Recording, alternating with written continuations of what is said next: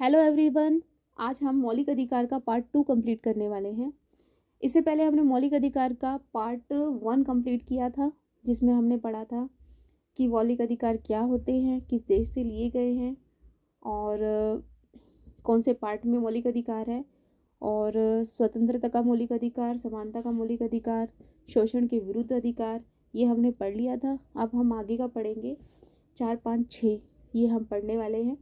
धार्मिक स्वतंत्रता का अधिकार और सांस्कृतिक एवं शिक्षा का अधिकार, संवैधानिक उपचारों का अधिकार। आज की वीडियो में हम ये कंप्लीट करेंगे। जैसे मैंने आपको बताया था कि मौलिक अधिकार क्या होते हैं। मौलिक अधिकार वो अधिकार होते हैं जो लोगों को उनके हितों की रक्षा के लिए दिए जाते हैं। एक सिंपल लैंग्वेज में अगर मैं आपको बताऊं तो कौन से पार्ट में है ये? पार्ट 3 में है। पार्ट 3 को ही मैग्ना कार्टा के नाम से भी जाना जाता है। मौलिक अधिकार जो है हमारे आर्टिकल 12 से लेकर 35 तक जो है मौलिक अधिकार है। यूएसए के संविधान से लिए गए हैं मौलिक अधिकार। ये सब कुछ मैंने आपको लास्ट क्लास में बता दिया था। जिसने पहली वीडियो नहीं देखी है वो देख लीजिए। आज हम आगे से पढ़ना स्टार्ट करते हैं।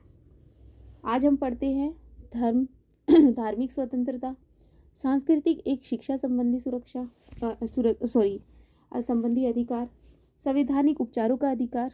आज हम ये पढ़ने वाले हैं और रिट के बारे में भी जानेंगे। स्टार्ट करते हैं।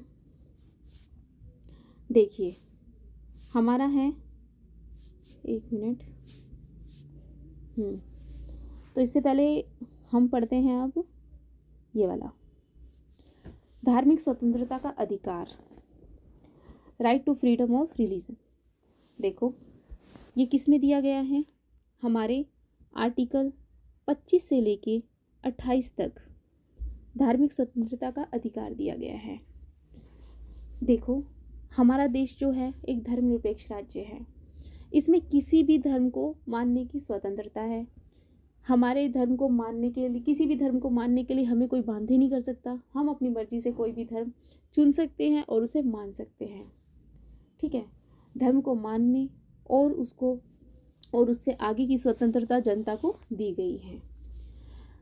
ऐसे हम लोगों ने पहले प्रस्तावना में पढ़ा है कि हमारा देश जो है धर्मनिरपेक्ष राज्य है, राष्ट्र है, जहाँ राष्ट्र किसी भी धार्मिक मान्यताओं में हस्तक्षेप नहीं करता, यानी राष्ट्र का कोई धर्म नहीं है।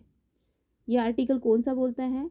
ये कौन मौलिक अधिकार कौन सा बोलता है? हमारा चौथा मौलिक अधिकार बोलता है कि हमारे राष्ट्र का कोई धर्म नहीं है, यानी कि जो व्यक्ति का धर्म है उस व्यक्ति के धर्म के लिए ही उसे यह अधिकार है कि वो अपना कोई भी धर्म जो उसका है वो मान सकता है। हमारे राष्ट्र का कोई अलग से किसी भी तरीके का कोई धर्म नहीं है। जो धार्मिक स्वतंत्रता का अधिकार है उसे 25 से लेके 28 तक के पार्ट में बांटा गया है। देखो 25 में क्या है, थोड़ा कीवर्ड पकड़ना। 25 में क्या है? 25 है धर्म मानने, उसका आचरण करने और प्रचार करने की स्वतंत्रता। यह आर्टिकल 25 में दिया गया है। मतलब किसी भी आर्टिकल के तहत कई धर्म किसी भी धर्म में कार्य करने की स्वतंत्रता है। ठीक है, कोई भी धर्म मानने की स्वतंत्रता है। जैसे कि किसी भी धर्म में, देखो मैं आपको एग्जांपल देती हूँ। जैसे कि सरदार जी होते हैं, उनको पाक पहनने की स्वतंत्रता है, अनिवार्य है उनके धर्म में पाक पहनना, तो वो पहनते हैं। हमारे में क्या होता है, जो मान लो जो बाइक होती है, बाइक पे अगर हेलमेट पहनना बहुत ज़रूरी है। अगर हम हेलमेट नहीं पहनते तो हमारे ऊपर फाइन लगता है। लेकिन जो पाक पहनता है उसके ऊपर किसी भी तरीके का कोई भी चार्ज नहीं लगता। ठीक है, मतलब उसे स्वतंत्रता है पाक पहनने की, वो हेलमेट नहीं पहनेगा, उसे कोई नहीं रोकेगा, उसके ऊपर किसी भी तरीके की कोई कानूनी कार्रवाई नहीं होगी। ये उसके धर्म का आचरण है।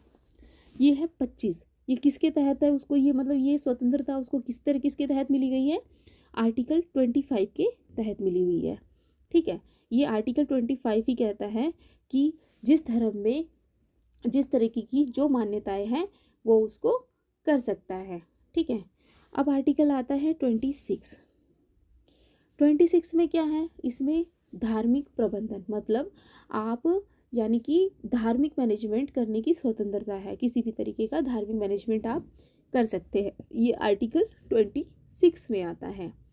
अब है नेक्स्ट क्या है, आर्टिकल 27 में क्या है, धार्मिक संपोषित। संपोषित का मतलब होता है मुद्रा, मतलब कि धार्मिक धार्मिक कार्यों में जो आप मुद्रा देते हैं उससे जो टैक्स संबंधी रियायतें दी जाती हैं उसके संबंध में आर्टिकल 27 है। ठीक है, अब आता है नेक्स्ट क्या है, हमारे ये 25 से 28 था ना, तो इसमें जो 28 है, 28 आर्टिकल क्या है, देखो, प्रत्येक जनता को ये अधिकार है कि वह किसी भी धार्मिक शिक्षा में उपासना किसी भी धार्मिक शिक्षा में की उपासना में उपस्थित हो सकता है अपनी मर्जी से।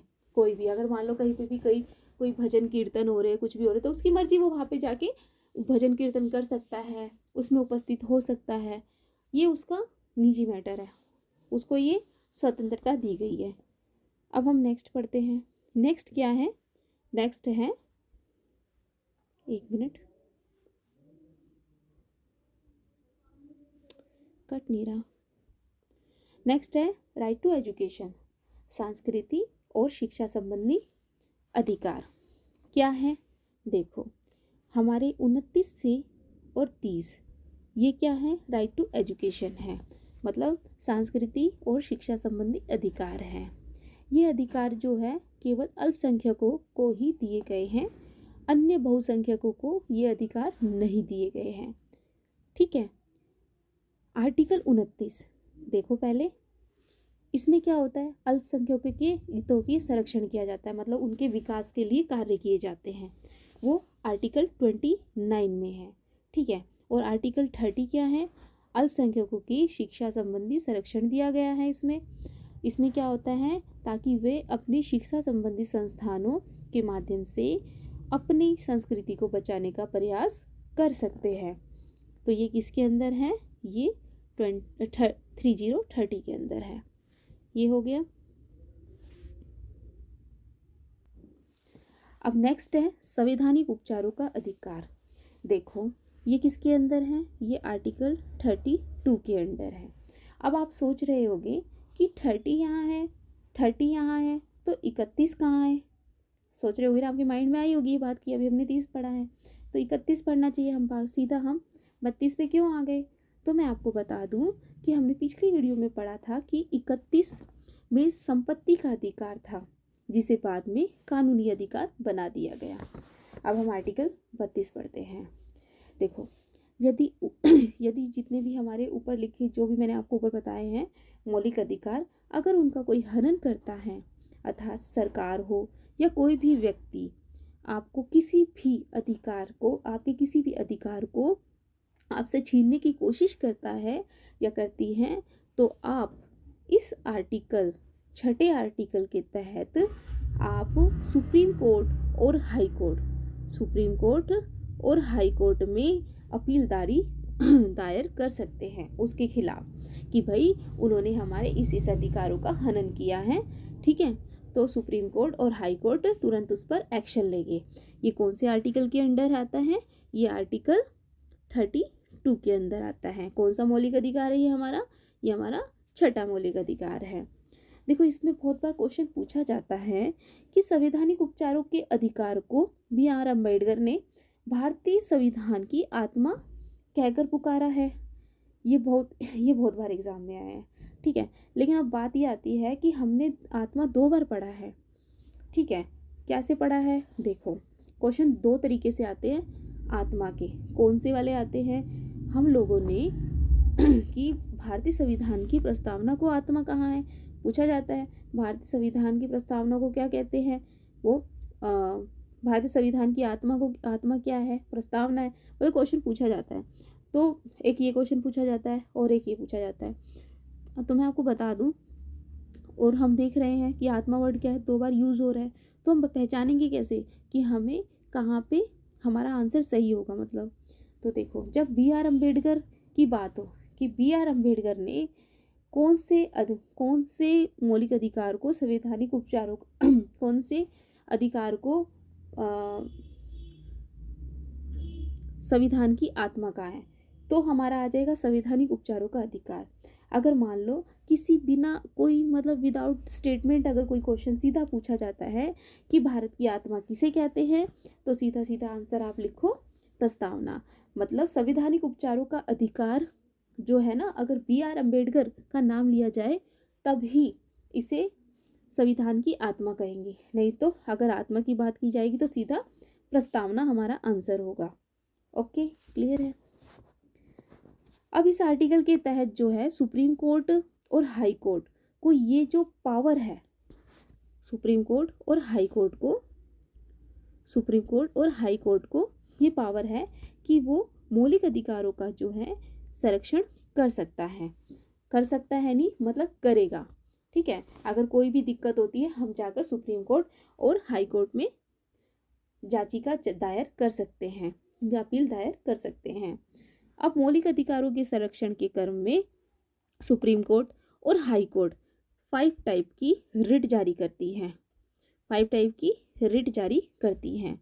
ठीक है, वो रिट कौन सी है, ठीक है, और उनसे रिलेटेड क्या क्या क्वेश्चन है जो एग्जाम में आते हैं मैं आपको बताती हूँ। देखो एक बात और, जो आर्टिकल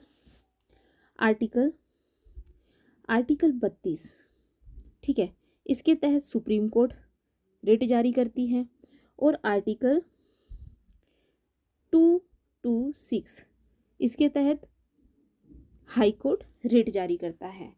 ठीक है, रिट कौन कौन सी है चलो वो भी पढ़ते हैं। देखो 5 टाइप की रिट्स है। ठीक है, पहली बंदी प्रत्यक्षीकरण, इसमें क्या होता है, अब ये कोई देखो आप सोचोगे कि ये वर्ड जो है काफ़ी टफ यूज़ किए हुए हैं रिट में, तो उसके पीछे भी एक वजह है क्यों ये इतने वर्ड टफ रखे गए हैं। देखो बात ये है कि जब हमारा संविधान का निर्माण हो रहा था या हमारा संविधान बन रहा था, तो जितने भी कानूनविद थे, मतलब जो भी हमारा मतलब संविधान बना रहे थे, वो ज़्यादातर लोग जो है अधिकतर क्या थे, पेशे से वकील थे। ठीक है, तो यही कारण है जिससे कि संविधान में ऐसे वर्डों का यूज़ हुआ है जो मैक्सिमम वकालत से जुड़े हुए हैं और जो हमें बहुत टफ लगते हैं। ठीक है, इसलिए ये इतने टफ वर्ड है, नहीं तो इतने टफ वर्ड नहीं होते। वकालत में कैसे वर्ड यूज़ होते हैं आप सबको पता ही है। फर्स्ट है बंदी प्रत्यक्षीकरण। देखो इसमें क्या होता है, ये फर्स्ट रिट है। ठीक है, इसमें क्या होता है कि सुप्रीम कोर्ट और हाई कोर्ट इसे जारी करता है, और अब जारी करते हैं तब क्या होता है, देखो इसे याद करने का एक तरीका भी है, मैं आपको बता दूंगी, पहले पढ़ लेते हैं। जब किसी व्यक्ति को पकड़ लिया जाता है, ठीक है, यानी गिरफ्तार कर लिया जाता है, पुलिस पकड़ के ले जाती है, तो ये आदेश जारी होता है कि 24 घंटे के अंदर उसे मजिस्ट्रेट के सामने पेश किया जाए। कितने घंटे के अंदर, 24 आवर्स के अंदर उसे मजिस्ट्रेट के सामने पेश किया जाए। ठीक है, और ये हम ऑलरेडी आर्टिकल 22 में पढ़ चुके हैं अगर आपको याद हो तो। ठीक है, अब देखो एक बात बताती हूँ, बंदी, ठीक है, जो बंदी होगा उसे 24 घंटे के अंदर पेश करना है। ठीक है, मतलब जिसको गिरफ्तार कर लिया उसको 24 घंटे के अंदर पेश करना है, किसके सामने, मजिस्ट्रेट के सामने। ठीक है, ये है बंदी प्रत्यक्षीकरण। नेक्स्ट है क्या है, परमादेश। परमादेश का मतलब, इसमें से एक कीवर्ड पकड़ो, देखो आदेश पीछे आ रहा है। ठीक है, तो ये आदेश दिया जाता है सुप्रीम कोर्ट और हाई कोर्ट के द्वारा ऐसे अधिकारियों को जो सरकारी कर्मचारी हैं या अधिकारी हैं, ठीक है, जो अपना काम जो है ठीक ढंग से नहीं कर रहे हैं या अपने कर्तव्यों का पालन ठीक ढंग से नहीं कर रहे हैं, तो उनके विरुद्ध यह आदेश दिया जाता है कि वो अपने कर्तव्यों का अच्छे से निर्वहन करें। ठीक है, अपने कर्तव्यों का अच्छे से पालन करें। अगर वो ऐसा नहीं करते तो उनके लिए स्ट्रिक्ट कार्रवाई जो भी होगी वो की जाएगी। नेक्स्ट है हमारा प्रतिषेध लेख। इसमें क्या है, प्रतिषेध। अब देखो इसमें से एक वर्ड पकड़ो, प्रतिषेध। प्रतिषेध का मतलब क्या होता है, रोक। क्या होता है, रोक होता है।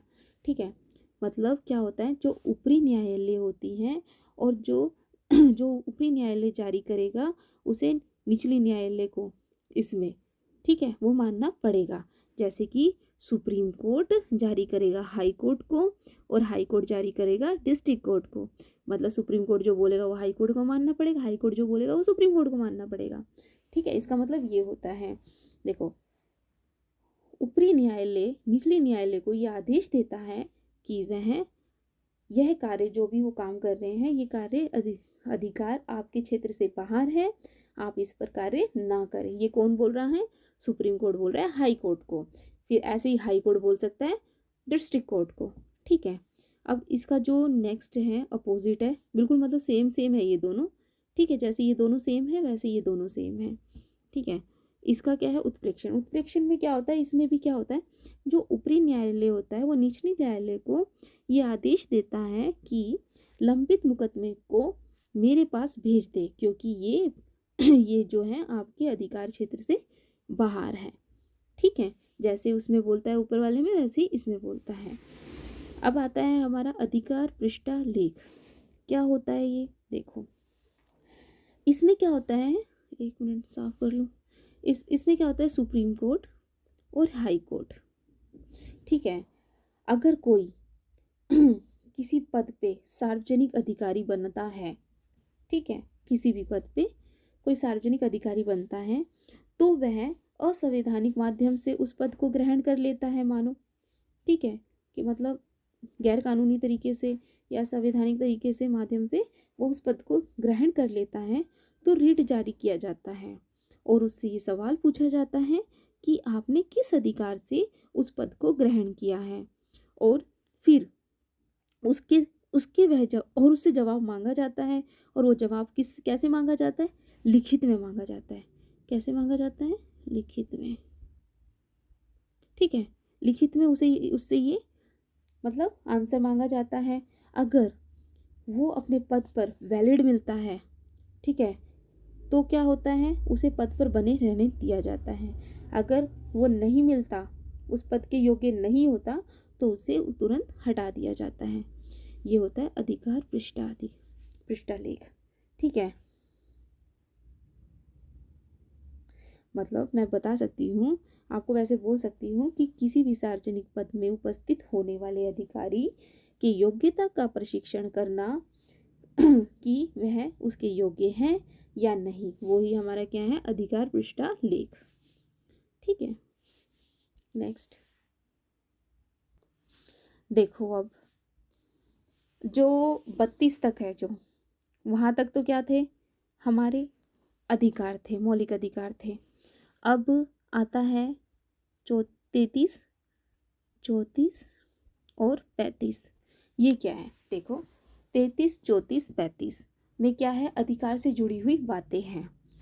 33 में क्या है? देखो, इसमें संसद को अधिकार दिया जाता है कि किसी भी क्षेत्र में सेना या सशस्त्र बल या फिर खुफिया विभाग है, ठीक है, तो उसकी सेना या अधिकारियों के लिए कुछ ऐसे रूल बनाए जाते हैं जहाँ पर उनके मौलिक अधिकारों को कुछ सीमित कर दिया जाता है।